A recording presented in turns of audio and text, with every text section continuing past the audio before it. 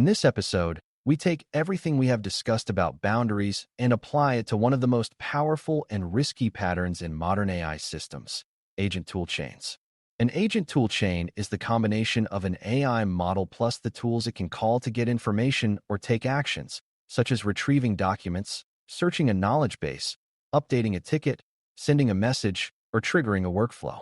The moment the model can do more than generate text, the security stakes change, because a mistake can become an action, and an action can change data, affect users, or expose sensitive information. For beginners, it helps to think of an agent as an intern with a badge and a set of keys. If you give the intern a master key, you have created a huge risk, even if the intern is well-intentioned, because the intern can be tricked, confused, or rushed. Securing agent toolchains is about ensuring the model never has a master key. It is about least privilege, scoped credentials, and audit trails, which are the three pillars that keep powerful toolchains from turning into uncontrolled automation. Before we continue, a quick note. This audio course is a companion to our course companion books. The first book is about the exam and provides detailed information on how to pass it best. The second book is a Kindle-only ebook that contains 1,000 flashcards that can be used on your mobile device or Kindle. Check them both out at cyber.author.me in the Bare Metal Study Guide series. Least privilege means giving a user, service, or component only the permissions required to do its job and nothing more. In an agent toolchain, least privilege applies to every tool the agent can call and every dataset the agent can touch. If the agent only needs to read a small set of public documentation to answer questions, it should not have access to private documents, and it should not have write permissions anywhere. If the agent needs to update a ticket status, it should not also have permissions to delete tickets, change user roles, or export large datasets. Least privilege is especially important for agents because agents make choices under uncertainty. A model may misinterpret a request, and if it has broad permissions, the misinterpretation can have broad consequences. Attackers also exploit overprivilege by using prompt injection or social engineering to push the agent into calling tools in unsafe ways. The smaller the agent's permission set, the smaller the blast radius of both mistakes and manipulation. The practical challenge is that least privilege is not a single setting. It is a design posture that must be applied across the whole chain. You start by listing the tasks the agent must perform, then you list the tools required for those tasks, and then you list the minimum operations each tool must support. For example, if an agent needs to look up policy text, it might need read-only access to a specific knowledge base. If it needs to draft a response for a human to send, it might not need any external tool at all, because drafting is purely generative. If it needs to fetch user-specific data, that should be done through an application layer that enforces authorization, rather than letting the agent query databases directly. Beginners often assume the agent should have direct access because it feels efficient, but direct access usually bypasses the controls that already exist in the enterprise. Least privilege often means routing access through existing services that implement authentication and authorization reliably. In other words, the agent should ask, and a secure system should decide. Scope credentials are how you enforce least privilege in practice, because credentials are what grant access. A scoped credential is a token, key, or identity that is limited by what it can do, where it can be used, and how long it remains valid. In an agent toolchain, you should avoid giving the model a single static credential that works everywhere, because if it leaks or is misused, the attacker gains broad access. Instead, you aim for credentials that are short-lived, bound to a specific tool, and restricted to a narrow set of operations. This can include tying credentials to a specific environment, like production versus testing, so a compromise in one environment does not automatically spread to another. It can also include tying credentials to a specific user context, so the agent's tool access matches the permissions of the user who initiated the request. Beginners sometimes picture a model as having its own account, but in secure designs, the model rarely deserves independent broad privileges. It should operate within a scoped identity that reflects what is actually allowed for the task. Scoping also includes limiting the parameters and resources a tool can touch, because even a read-only tool can be dangerous if it can read too much. For example, if a retrieval tool can search all internal documents, it can become a data exfiltration channel. A safer approach is to scope retrieval to specific collections, to specific document types, or to specific tags that indicate approved content. If a tool can call an external API, you scope it to specific endpoints and specific methods, not to an entire domain. If a tool can query a database, you scope it to specific tables or views, and you prefer query patterns that return limited, filtered data. This is where least privilege becomes very concrete. It is not only read versus write. It is which records, which actions, which paths, and which quantities. When you scope credentials and tool permissions tightly, you are building a narrow hallway rather than a wide-open lobby.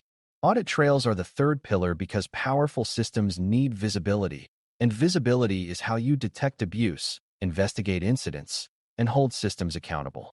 An audit trail is a record of what happened, including who initiated an action, what tools were called, what data was accessed, and what results were returned. For an agent toolchain, audit trails should capture both the model's decisions and the tool executions, because you need to reconstruct the chain when something goes wrong.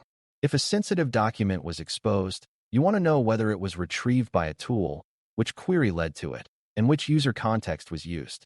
If a ticket was updated incorrectly, you want to know what tool call was made and what parameters were passed. A beginner misunderstanding is thinking that logs are just for troubleshooting. In security, audit trails are evidence. They support detection, response, and learning. Without them, you are blind, and blind systems are easy to exploit because attackers can operate quietly.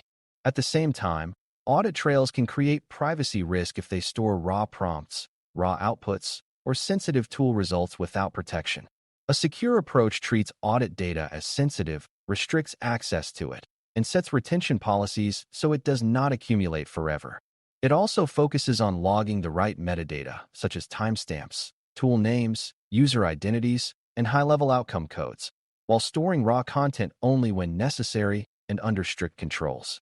This balance is important because agent toolchains can touch sensitive data, and if your audit logs become a second copy of that data, you have created a new exposure. Beginners sometimes assume more logging is always better, but secure logging is thoughtful logging. You log what you need to detect and investigate, and you protect the logs like you protect the systems they describe. One of the hardest parts of securing agent toolchains is preventing the model from becoming the decision-maker for authorization. The model can propose a tool call, but the system should validate whether that tool call is allowed for the requesting user and context. This is a classic separation of duties. The model suggests, the policy engine enforces.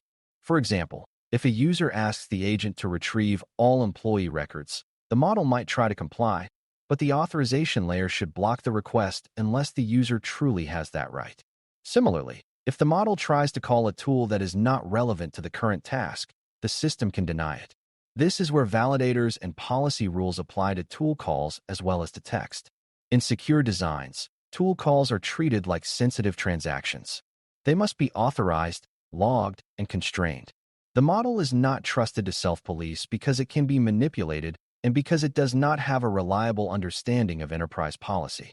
Another common weakness in agent toolchains is tool output injection, where a tool returns text that includes malicious instructions and the model treats that text as guidance for the next step.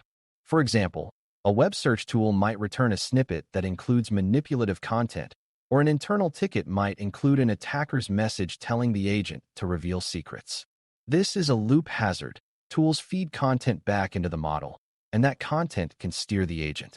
Securing toolchains, therefore, includes treating tool outputs as untrusted data, applying instruction boundary checks, and possibly sanitizing or summarizing tool outputs before feeding them back into the model. It can also include limiting which tools are used in which contexts, because some tools are inherently riskier. Beginners should recognize that in an agent system, the attacker does not only talk to the model. The attacker can also talk through the tools by influencing what the tools return. Safe toolchains anticipate that and design boundaries so tool outputs cannot hijack the agent. Human oversight often plays a special role in agent toolchains because the cost of wrong actions can be high. Even with least privilege and scoping, some actions should require approval, such as sending external communications, changing permissions, or executing high-impact workflows. A A secure design uses approval points to slow down irreversible actions and to ensure a human can verify intent. This is not a sign that the agent is weak. It is a sign that the system is realistic about risk. Over time, some actions might become automated if evidence shows they are consistently safe, but high-impact actions often remain gated. For beginners, the important idea is that agent autonomy should be earned, not assumed. You start with read-only and draft-only capabilities, then expand slowly, always keeping the ability to stop or roll back actions when needed. As we close, securing agent toolchains is about preventing power from turning into uncontrolled risk. Least privilege shrinks the agent's permission set so mistakes and manipulation have limited impact. Scoped credentials make those limits real by restricting what identities can do, where they can do it, and for how long. Audit trails provide visibility and accountability so you can detect abuse, investigate incidents, and improve the system over time. Together, these pillars help you build agent systems that are useful without becoming dangerous. The core beginner lesson is that an agent is not a trusted administrator. It is a probabilistic planner that can be steered by language and by the content it consumes. When you treat tool access like privileged access, enforce authorization outside the model, and log actions responsibly, you create a system where the model can assist powerfully inside well-defined boundaries. That is how you harness agent capabilities while keeping the organization in charge of what the system can actually do. Thanks for listening. For more audio courses, daily newsletters, and more, please visit baremetalcyber.com.